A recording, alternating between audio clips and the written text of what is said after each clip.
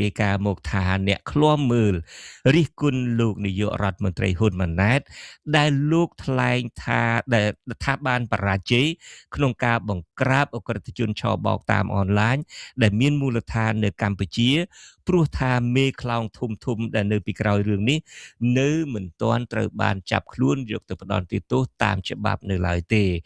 ការលើកឡើងរបស់អ្នករិះគន់នេះពីព្រោះថាលោកហ៊ុនម៉ាណែតបានអះអាងកាលពីពេលថ្មីនេះថាកម្ពុជាទទួលបានជោគជ័យលើការបោះសម្អាតអក្រិតជនឆបោកតាមអនឡាញហើយមានបណ្ដាប្រទេសមួយចំនួនចង់ឲ្យកម្ពុជាចែករំលែកបទពិសោធន៍ពីភាពជោគជ័យមួយនេះដល់ពួកគេផងដែរបាទសូមអញ្ជើញលោកអ្នកនាងតាមដានសេចក្តីរាយការណ៍អំពីរឿងនេះរបស់លោកទីនហ្សាការីយ៉ាដូចតទៅអ្នកខ្លំមើលលើកឡើងថាអស់រយៈពេលជាច្រើនឆ្នាំមកហើយដែលកម្ពុជាមានកេរ្តិ៍ឈ្មោះមិនល្អនៅលើឆាកអន្តរជាតិពាក់ព័ន្ធនឹងអំពើជួញដូរមនុស្សការលេងលុយកខ្វក់និងអំពើអក្រិតកម្មឆបោកតាមអនឡាញក្រោយពីរដ្ឋាភិបាលតកុលហ៊ុនបានបើកដៃឲ្យអក្រិតជនទាំងនោះហូរចូលកម្ពុជាដោយសេរីខណៈមេខ្លោងធំខ្លះប្រែក្លាយខ្លួនទៅជាអ្នកជំនួញផ្នែកអចលនទ្រព្យម្ចាស់ធនាគារនិងខ្លះទៀតទទួលបានតំណែងជាទីប្រឹក្សារដ្ឋាភិបាលនិងជាអង្គការជាដើមប្រធានអង្គការប្រជាធិបតេយ្យខ្មែរនៅប្រទេសអូស្ត្រាលីលោកសឹងសានករណាប្រាប់ទូរទស្សន៍អាស៊ីសេរីនៅថ្ងៃទី30ខែមិថុនាថាសប្តាហ៍ថ្ងៃនេះកម្ពុជានៅតែមិនទាន់បានបោះសម្អាតអក្រិតកម្មឆបោកតាមអនឡាញបានត្រឹមត្រូវនោះទេលោកបន្តថាបើទោះបីជាលោកហ៊ុនម៉ាណែតអួតអាងថាកម្ពុជាទទួលបានជោគជ័យលើការបង្ក្រាបអក្រិតកម្មឆបោកតាមអនឡាញក្តី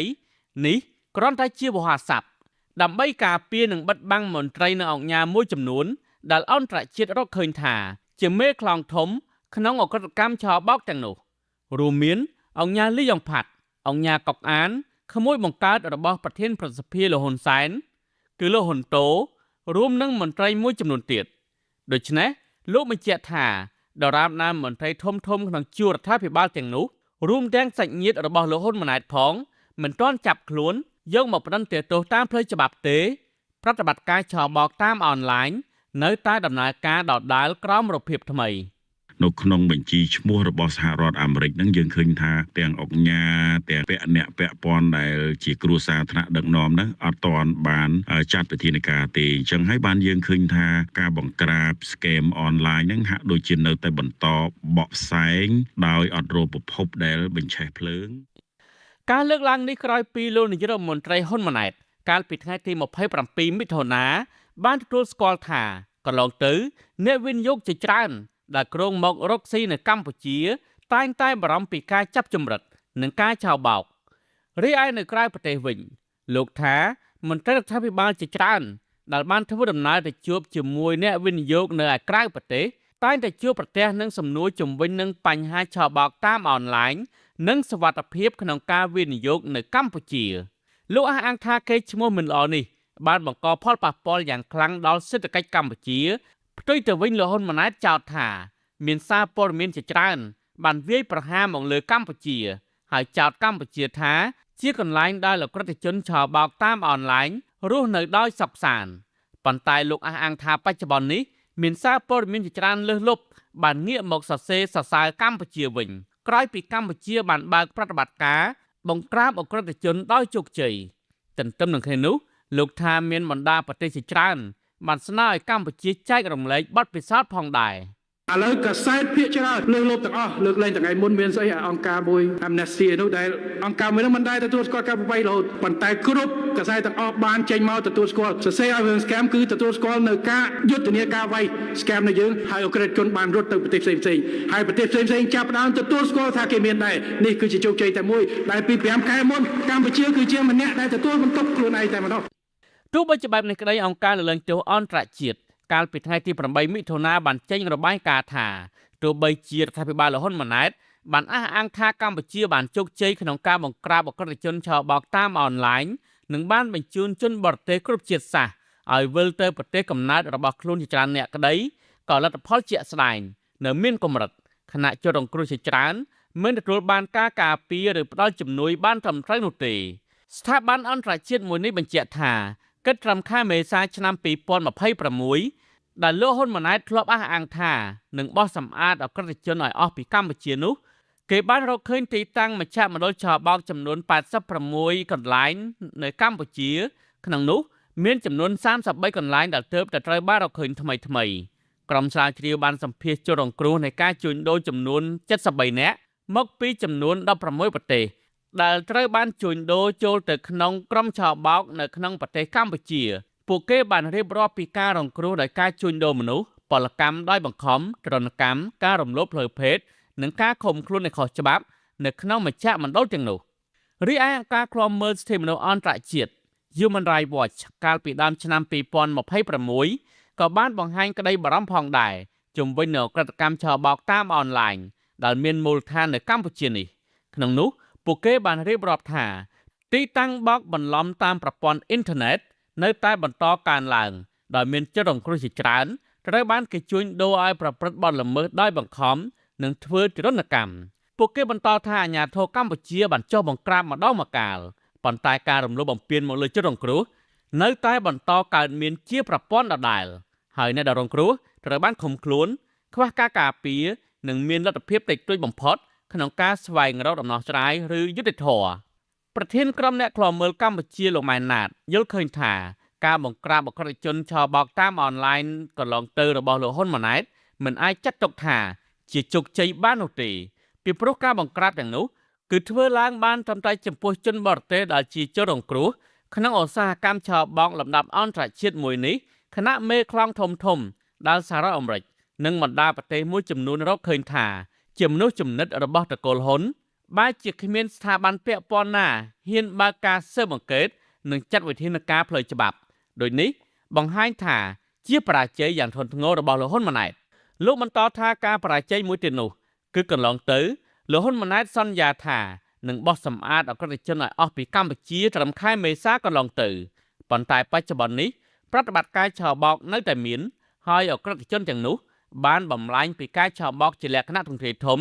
តាមអគារបែរជាមកនៅតាមផ្ទះតូចៗដូចជាអ្នកភូមិវិញស្ងាត់បន្តិចទៅក៏បាត់ល្មើសអក្រិតកម្មអនឡាញមកវិញដដែលដោយសារអីដោយសារអាមេខ្លោងខាងក្រោយខ្នងនឹងវាធ្វើការបំរើផលប្រយោជន៍ទៅឲ្យពួកកាន់អំណាចជាពិសេសនៅជុំវិញលោកហ៊ុនសែននឹងពួកអាហ្នឹងអត់ទៅណាទេបើពួកអស់ហ្នឹងអត់ទៅណាធ្វើមិនបង្ក្រាបបទអក្រិតនឹងបានពេញលេញអញ្ចឹងការអះអាងរបស់លោកហ៊ុនម៉ាណែតនោះវាគ្រាន់តែជាការទួងស្គរមួយប្រាប់អ្នកស្រុកប្រាប់អន្តរជាតិនឹងក្នុងន័យថាបានបង្ក្រាបដែរតែឲ្យគេជឿជាក់ឲ្យគេវាយតម្លៃថាលទ្ធផលបង្ក្រាបល្អប្រសើរយ៉ាងណាឲ្យពិតប្រាកដនឹងគ្មានទេអ្នកខ្លំមើលរិះគន់ថាលោកហ៊ុនម៉ាណែតគួរតែបង្ហាញសកម្មភាពបង្ក្រាបអក្រិតជនឆបោកតាមអនឡាញប្រកបដោយតម្លាភាពនិងត្រូវហ៊ានចាប់មន្ត្រីនិងមនុស្សចំណិតរបស់លោកមកផ្តន្ទាទោសឬបើកការស៊ើបអង្កេតដោយឯករាជ្យដើម្បីបង្ហាញពីការពិតថាតើពួកគេពិតជាស្អាតសមឬយ៉ាងណាពួកគាត់មើលឃើញថាមជ្ឈមណ្ឌលឆបោកតាមអនឡាញនៅកម្ពុជាបានរីកសាយភាយយ៉ាងលឿនរហ័សនៅទូទាំងខេត្តក្រុងប៉ុន្តែបើជារដ្ឋាភិបាលអះអាងថាគ្មានបានទទួលផលប្រយោជន៍ពីក្រុមអក្រិតជនទាំងនោះហើយនៅតែមិនទាន់ឃើញមានមន្ត្រីធំណាម្នាក់ត្រូវបានចាប់ខ្លួនមកផ្តន្ទាទោសឬបើកការស៊ើបអង្កេតដោយឯករាជ្យនៅឡើយដូច្នេះពួកគាត់ថាករណីនេះហាក់ពុំសមទំនងនោះឡើយបើទោះបីជារដ្ឋាភិបាលអួតអាងថាខ្លួនបានបង្ក្រាបដោយជោគជ័យហើយក្តីក៏សហគមន៍ជាតិនិងអន្តរជាតិនៅតែមិនទាន់ជឿទុកចិត្តលើរដ្ឋាភិបាលលោកហ៊ុនម៉ាណែតនោះឡើយខ្ញុំបាទទីនសាការីយ៉ាស៊ីសេរីប្រធានីវ៉ាស៊ីនតោនបាទលោកនាងកញ្ញាជាទីមេត្រីអ្វីត្បិតតែប្រមុខរដ្ឋាភិបាលរបស់ត្រកូលហ៊ុនដែលកំពុងតែក្តោបក្តាប់កម្ពុជានេះអះអាងថាការបង្ក្រាបអក្រិតកម្មឆបោកតាមអនឡាញបានជោគជ័យរហូតទៅដល់ពិភពលោកសុំរៀនតាមអីនឹងក៏ដោយចុះហើយថាព័ត៌មានបណ្ដាញព័ត៌មានពិភពលោកនឹងបានចាប់ផ្ដើមចុះផ្សាយអួតសរសើរយ៉ាងណាក៏ដោយចុះព័ត៌មានពិតដែលយើងទទួលបានតាក់ទងទៅនឹងការបង្ក្រាប អំពើឆបោកអនឡាញនៅកម្ពុជានេះផ្ទុយស្រឡះពីអ្វីដែលលោកហ៊ុនម៉ាណែតបានលើកឡើងគេបានរាយការណ៍ថាអ្វីត្បិតតែមានការបង្ក្រាបមែនក៏ប៉ុន្តែហាក់ដូចជាមានការប្រាប់ម្ចាស់ផ្ទះនោះទុកជាមុនម្ចាស់ទីតាំងដែលរៀបចំបោកប្រាស់អនឡាញនឹងទុកជាមុនគឺថានៅពេលដែលអាជ្ញាធរទៅដល់នឹងហាក់ដូចជាមានការរំដោះរួចទៅហើយអ្វីដែលគេបង្ហាញឲ្យឃើញនឹងគ្រាន់តែការថតបង្ហាញឲ្យឃើញការឃោសនាតែប៉ុណ្ណោះក្រៅពីនោះគេរកឃើញថាអ្វីត្បិតតែទីតាំងធំដែលអន្តរជាតិស៊ើបអង្កេតថាជាជំរកនៃការឆបោកអនឡាញនេះត្រូវបានគេគំទេចមែនក៏ប៉ុន្តែវាទៅពង្រាយនៅតាមទីតាំងតូចៗដែលសឹងតែកើតឡើងច្រើនជាងមុនទៅទៀតក្រៅពីនោះមន្ត្រីធំជាពិសេសគឺសាច់សារលោហិតជាមួយនឹងលោកហ៊ុនសែនជាមួយនឹងលោកហ៊ុនម៉ាណែតនេះតែម្ដងមានបងប្អូនជីដូនមួយមានក្មួយមានកូនប្រសាលោកហ៊ុនសែនជាដើមសុទ្ធតែជាប់ឈ្មោះជាអ្នកដែលនៅពីក្រោយឬមួយជាប់ឈ្មោះតាមចាប់ខ្លួនឬមួយក៏ជាប់ឈ្មោះក្នុងបញ្ជីស៊ើបអង្កេតតាមដានពាក់ព័ន្ធទៅនឹងបទឧក្រិដ្ឋអនឡាញនេះជាពិសេសជនពីររូបហើយដែលជាមនុស្សជិតស្និទ្ធជាទីប្រឹក្សាផ្ទាល់របស់លោកហ៊ុនសែនមានលោកកុកអានឬមួយនឹងលោកលីយ៉ុងផាត់ជាដើមត្រូវបានសហរដ្ឋអាមេរិករកឃើញថាជាអ្នកដែលបង្កឲ្យមានអំពើឆបោកអនឡាញនេះនៅទូទាំងប្រទេសកម្ពុជាហើយគេបានដាក់ទណ្ឌកម្មដោយបង្កកលុយជនពីរូបនេះទៀតផងដូច្នេះអ្នកដែលនៅចិត្តលោកហ៊ុនម៉ាណែតធ្វើត្បិតតែមានការរកឃើញថាជាអ្នកនៅពីក្រោយការឆបោកអនឡាញនេះមានដីកាចេញឲ្យបង្កកទ្រព្យសម្បត្តិអីជាដើមពួកនេះនៅតែធ្វើការជាមួយឪពុកលោកជាទីប្រឹក្សាផ្ទាល់ជាសមាជិកព្រឹទ្ធសភានៃគណៈបកប្រជាជនកម្ពុជាទាំងអស់យើងនឹងបន្តតាមដានមើលថាតើការអះអាងរបស់លោកហ៊ុនម៉ាណែតនេះត្រឹមត្រូវដែរឬយ៉ាងណានៅក្នុងសប្តាហ៍ក្រោយនេះយើងនឹងអញ្ជើញអ្នកជំនាញមកបកស្រាយហើយប្រសិនបើការលើកឡើងរបស់លោកហ៊ុនម៉ាណែតនេះពិតប្រាកដមែនយើងក៏នឹងរាយការណ៍តាមការពិតជាក់ស្ដែងយើងអត់ចង់ឲ្យមានអំពើឆបោកអនឡាញនេះកើតឡើងនៅប្រទេសកម្ពុជាដែលគ្រប់គ្រងដោយរដ្ឋាភិបាលដែលកាសែតបរទេសជាច្រើនបានរកឃើញថាវាជា state sponsor crime ដែលមានន័យថាអំពើឆបោកអនឡាញដែលគ្រប់គ្រងដោយរដ្ឋាភិបាលនោះទេពីព្រោះវាធ្វើឲ្យប៉ះពាល់ដល់ប្រជាពលរដ្ឋដោយផ្ទាល់ផងប៉ះផ្ទាល់ដល់កេរ្តិ៍ឈ្មោះរបស់កម្ពុជាផងលោកអ្នកនាងមកដល់ពេលនេះប្រហែលជាជ្រាបហើយគេបានបន្ថែមអក្សរ S ទៅលើពាក្យថា Cambodia ជាការលេងសម្ដីដែលបកប្រែថាកម្ពុជាជាជំរកឬមួយជាទីតាំងនៃការបោកប្រាស់ដូច្នេះសូមអញ្ជើញលោកអ្នកនាងរងចាំតាមដានព័ត៌មានរបស់យើងនៅសប្តាហ៍ក្រោយនេះយើងនឹងយកចិត្តទុកដាក់ទៅលើបញ្ហានេះថាតើការអះអាងឬមួយការអួតអាងរបស់លោកហ៊ុនម៉ាណែតពិតឬយ៉ាងណាហើយបើវាមិនពិតថាតើមានការលាក់បាំងមានការឆបោកคล้ายព័ត៌មានយ៉ាងណាហើយខ្ញុំបាទក៏នឹងសាកសួរវាគ្មិនកិត្តិយសដោយផ្ទាល់ធ្វើត្បិតតែកម្មវិធីជាបន្តទៅទៀតនេះនិយាយអំពីខួបលើកទី75នៃគណៈបកប្រជាជនកម្ពុជាក៏ដោយខ្ញុំបាទក៏នឹងឆ្លៀតឱកាសនេះសួរដល់អ្នកវិភាគនយោបាយប្រមុខដឹកនាំរដ្ឋាភិបាលឯករាជ្យ$23ទទួលបន្ទុកអធិបតេយ្យភាពគឺមានលោកអ៊ុំសំអានតើលោកគិតយ៉ាងណាអំពីសាររបស់លោកហ៊ុនម៉ាណែតនេះបាទជាបន្តទៅទៀតនេះគឺជានីតិវេទិកាទូរទស្សន៍អាស៊ីសេរី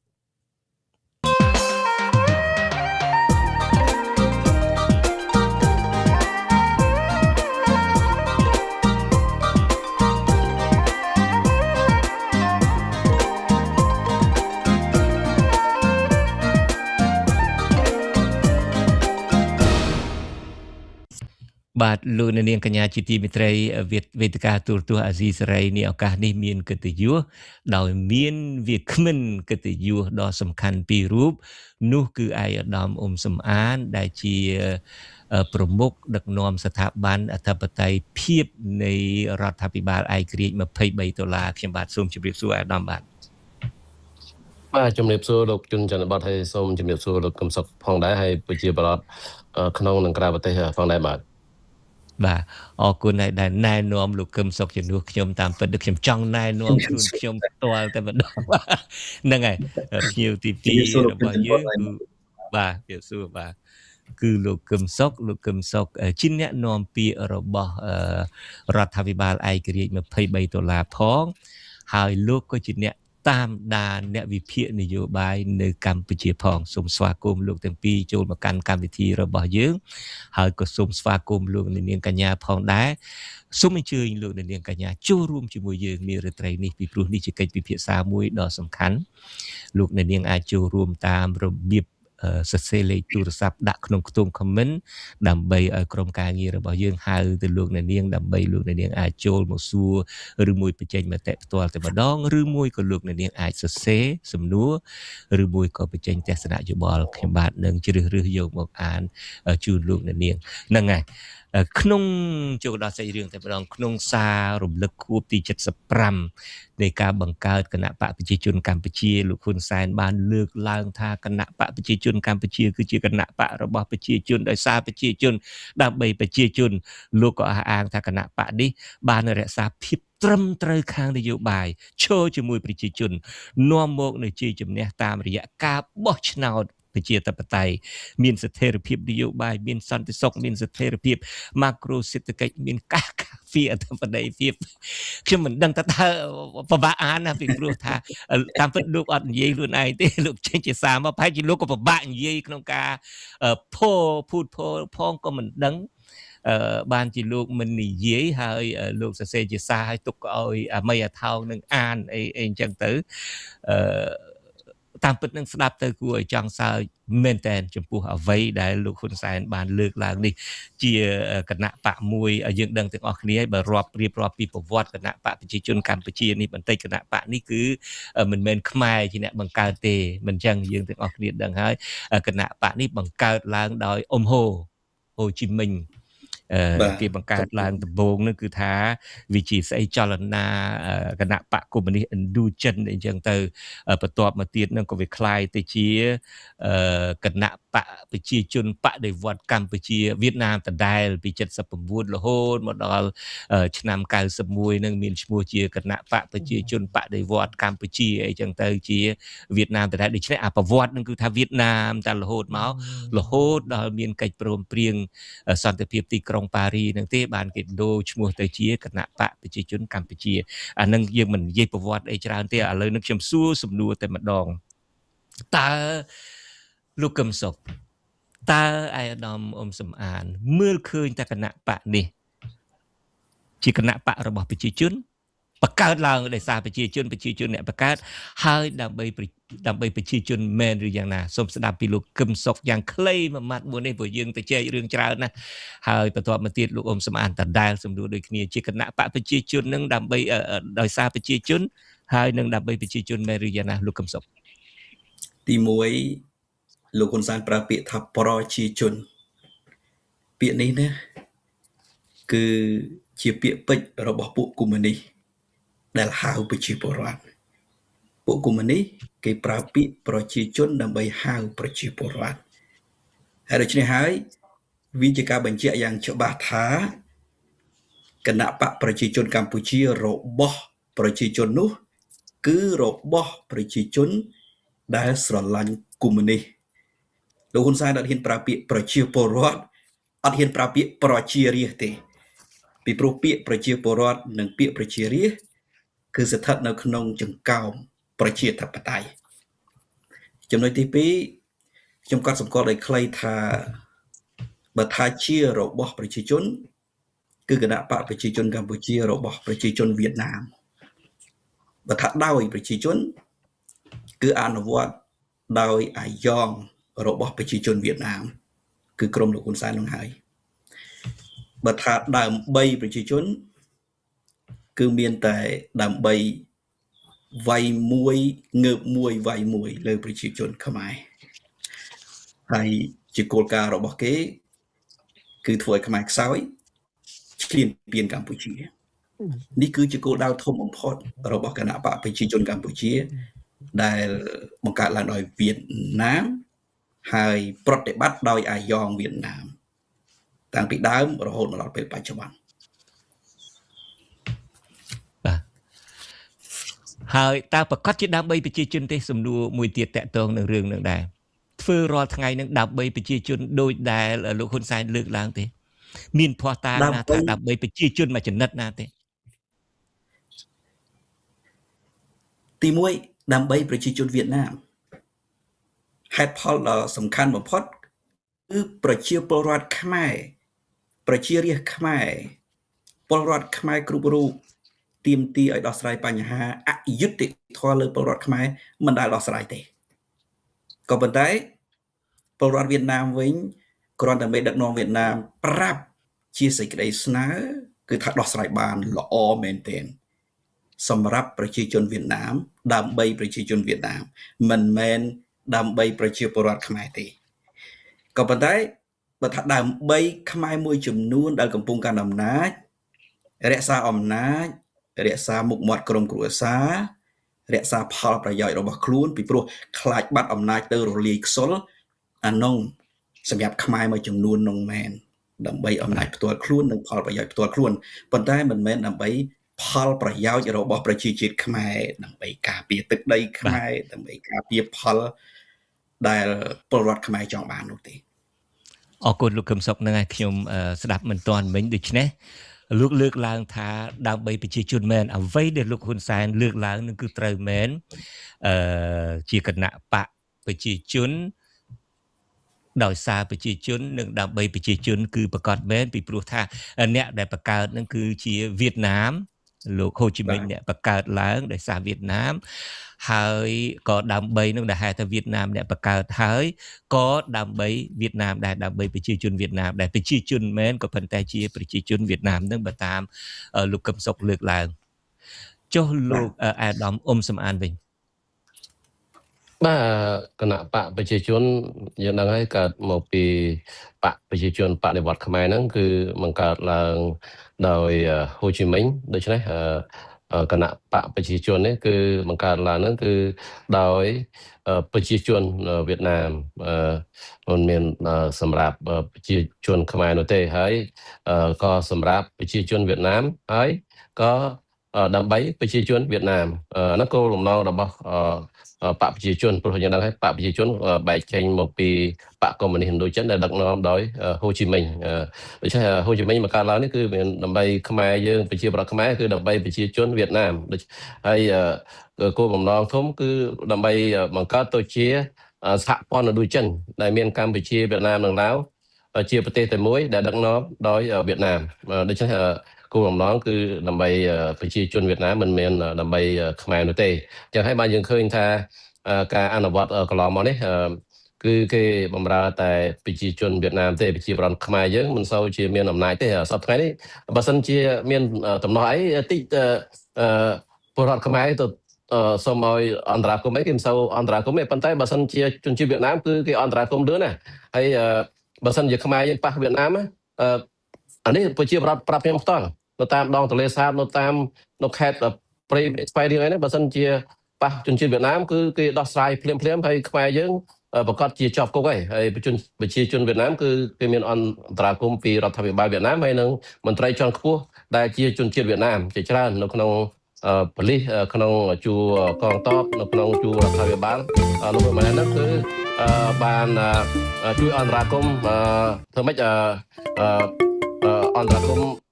ទៅដល់ជនជាតិវៀតណាមហ្នឹងមានអត្ថភាពជាងជនជាតិខ្មែរយើងបាទអរគុណ សាររបស់សម្ដេចអគ្គមហាសេនាបតីតេជោហ៊ុនសែនប្រធានបច្ចេកទេសចាក់អីលឺពេកបាទសុំទោសបាទយើងរំខានតិចបន្តិចបាទសុំទោស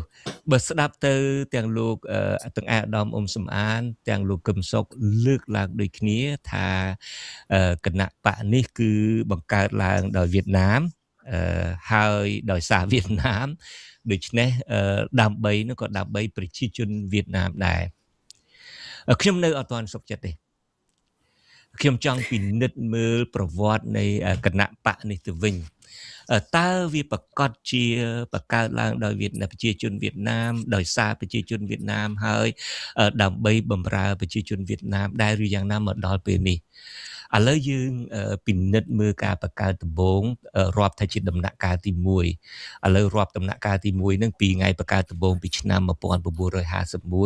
ដែលបង្កើតដោយហ៊ូជីមិញរហូតមកដល់ឆ្នាំ1979យើងចាត់ទុកថាដំណាក់កាលនឹងជាដំណាក់កាលធ្វើបដិវត្តចុះអញ្ចឹងជាដំណាក់កាលធ្វើបដិវត្តចុះដោយមានការជាទូទៅគឺថាវាមានការចូលរួមរបស់វៀតណាមជានិច្ចពីព្រោះថាគណៈបកកុម្មុយនីសឥណ្ឌូចិននឹងគឺថាមានការធ្វើបដិវត្តចូលគ្នានឹងរវាងចលនាកុម្មុយនីសនៅឯប្រទេសឡាវជាមួយនឹងចលនាកុម្មុយនីសនៅប្រទេសកម្ពុជាហើយនឹងចលនាកុម្មុយនីសរបស់ប្រទេសវៀតណាមនឹងក្រោមការគ្រប់គ្រងរបស់ហ៊ូជីមិញនឹងឯងដូច្នេះយើងរាប់ថាដំណាក់កាលពីកើតដំបូង51រហូតមកដល់79នឹងថាជាដំណាក់កាលបដិវត្តចុះអានឹងនៅក្រោមវៀតណាមអានឹងយើងដឹងទាំងអស់គ្នាក៏ប៉ុន្តែបន្ទាប់ពី79រហូតមកដល់91អានឹងក៏យើងដឹងថាវៀតណាមទៀតដែរពីព្រោះថាលោកហ៊ុនសែនទៅវៀតណាមចឹងទៅដើម្បីនាំវៀតណាមចូលមកប្រទេសកម្ពុជាវិញមកក៏លើកបន្ទប់តំណែងសាធារណរដ្ឋប្រជាមានិតកម្ពុជានឹងឲ្យកាន់តំណែងទៅជាក្រោមគណៈបកប្រជាជនបដិវត្តកម្ពុជានឹងគេដូរឈ្មោះមកគណៈបកប្រជាជនបដិវត្តកម្ពុជាពេលហ្នឹងដូច្នេះនេះជាដំណាក់កាលទី2ពី79ដល់91អានឹងក្រោមវៀតណាមទៀតក៏ប៉ុន្តែក្រោយ91រហូតមកដល់2017 91នេះបន្ទាប់មកមានការបោះឆ្នោតអ៊ុនតាក់មានអីណាគណៈបកដទៃទៀតមានហ្វុនស៊ីនពេជ្រមានគណៈបកលោកតាស៊ិនសានចូលរួមបោះឆ្នោតបន្ទាប់មកទៀតមានការបូកបញ្ចូលគ្នារវាងគណៈបកលោកកឹមសុខាគណៈបកលោកសំរងស៊ីទៅជាគណៈបកសង្គ្រោះជាតិអីចូលរួមការបោះឆ្នោតអីជាដើមរហូតមកដល់ពី91រហូតដល់97ហ្នឹងគឺជាយើងរាប់ថាជាយុគសម័យក្រោយកិច្ចព្រមព្រៀងសន្តិភាពប៉ារីសចុះហើយគណៈបកកុម្មុយនីសឥណ្ឌូចិននឹងដែលដូរមកទៅជាគណៈបកប្រជាជនបដិវត្តកម្ពុជាក្រោមលោកហេងសំរិនក្រោមលោកហ៊ុនសែននេះក៏ដូរមកជាគណៈបកប្រជាជនកម្ពុជាពេលហ្នឹងគេប្រកាសជាផ្លូវការថាបោះបង់ចោលហើយលទ្ធិកុម្មុយនីស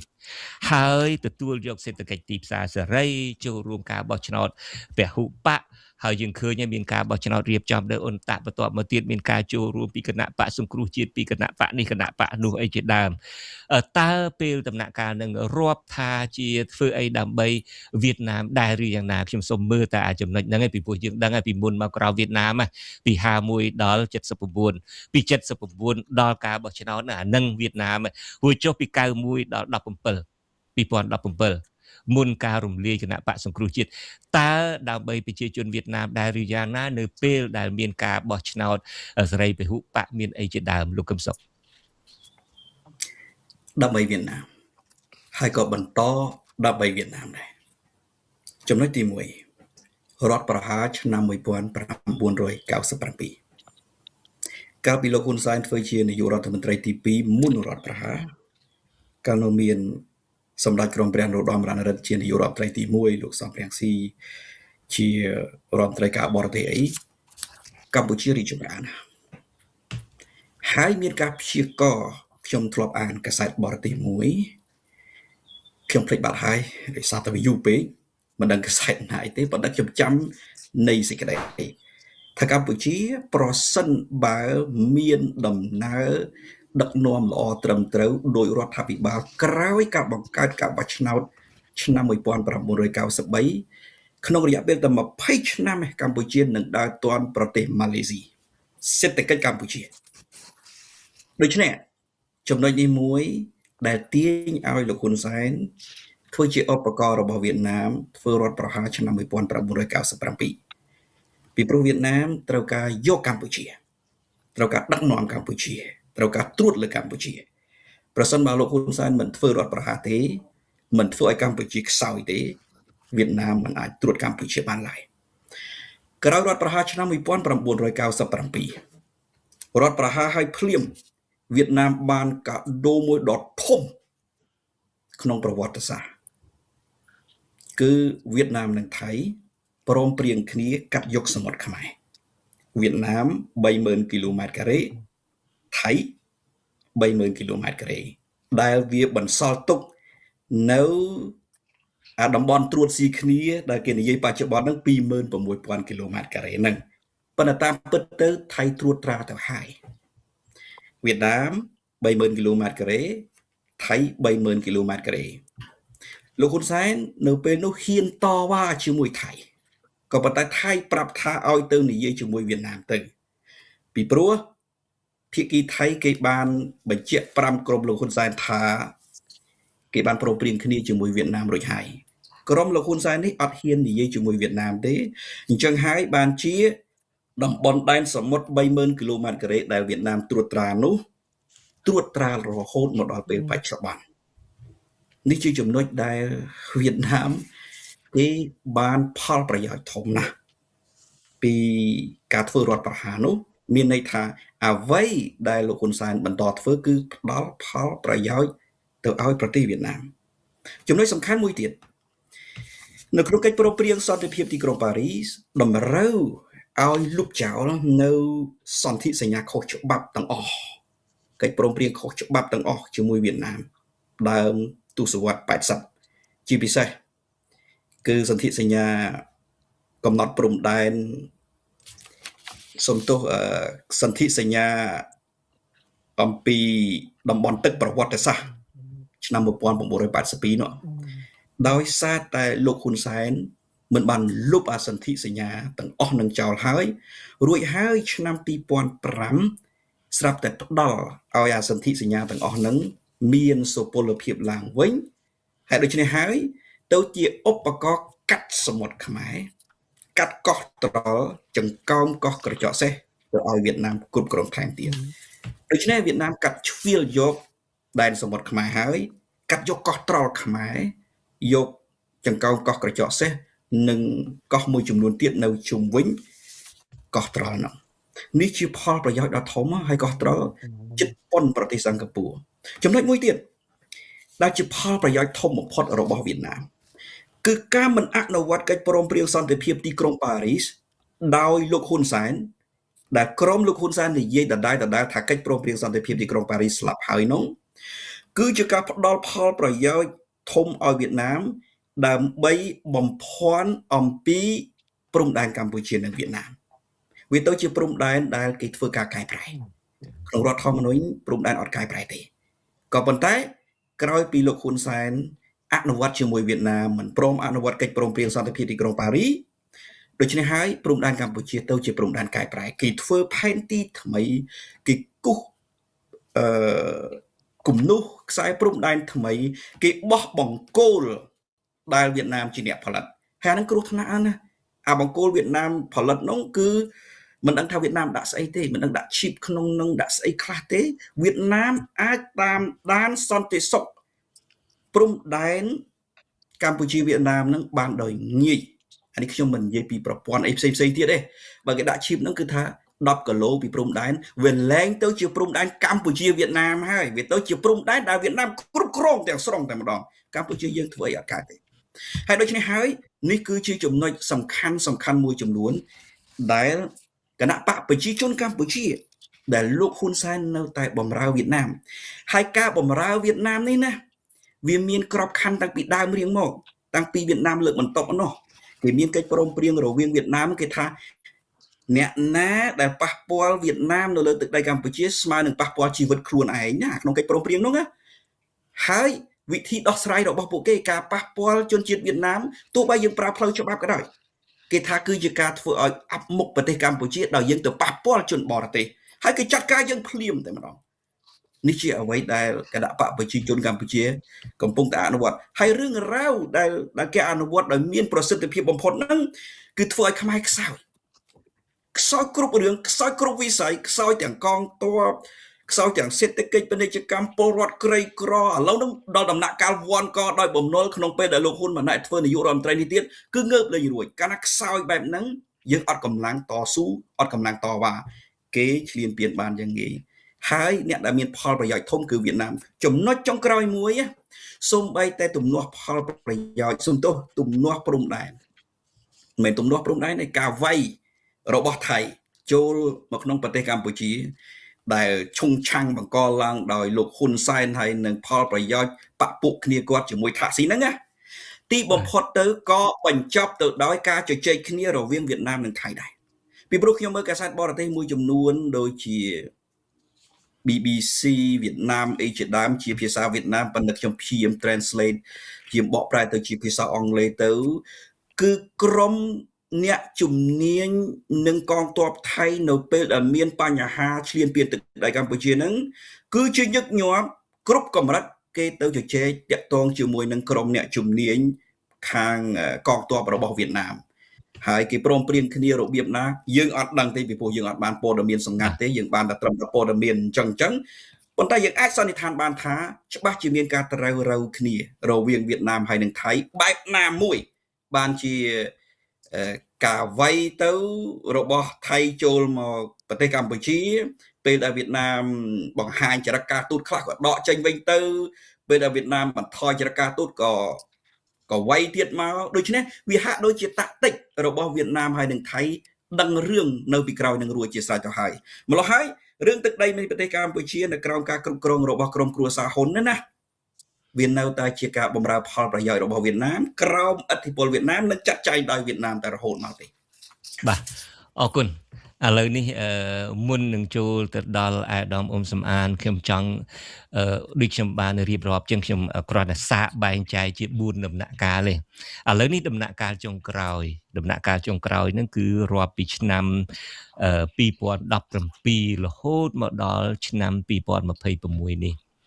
ឃើញមានការរំលាយគណៈបកសង្គ្រោះជាតិឃើញមានការផ្ទេរអំណាចនិងកាន់កាប់នឹងពីនាយករដ្ឋមន្ត្រីឪនឹងទៅនាយករដ្ឋមន្ត្រីកូនហើយបន្ទាប់មកទៀតនឹងនៅក្នុងចំណោមគណៈបកនឹងគឺគេចាប់ផ្ដើមបញ្ចូលឈាមថ្មី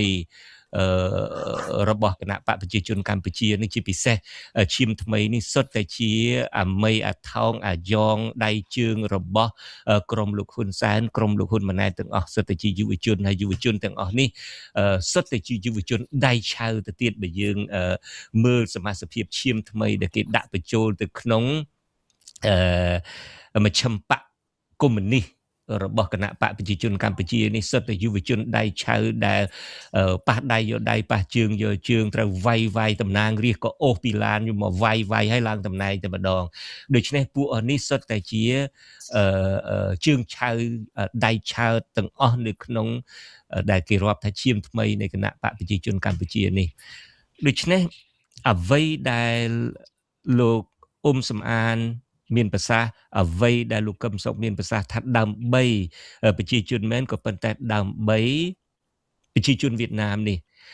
តើដំណាក់កាលចុងក្រោយនេះរបៀបដែលគេធ្វើនេះតើដើម្បីវៀតណាមដែរឬមួយដើម្បីខ្លួនគេដូចខ្ញុំបានលើកឡើងចឹងទី1បន្ទាប់មកទៀតនឹងគឺគេចាប់ផ្ដើមខ្លួនគេនិងខ្លួនលោកហ៊ុនសែននឹងឡើងទៅជាប្រធានគណៈបកទៅកូនទៅជាអនុប្រធានគណៈបកទៅយុវជនណាដែលដៃដល់ដែលដៃឆៅត្រូវកាប់ត្រូវដៃត្រូវប៉ះជើងយកជើងប៉ះដៃយកដៃនឹងយកមកដាក់នៅជុំវិញខ្លួនទាំងអស់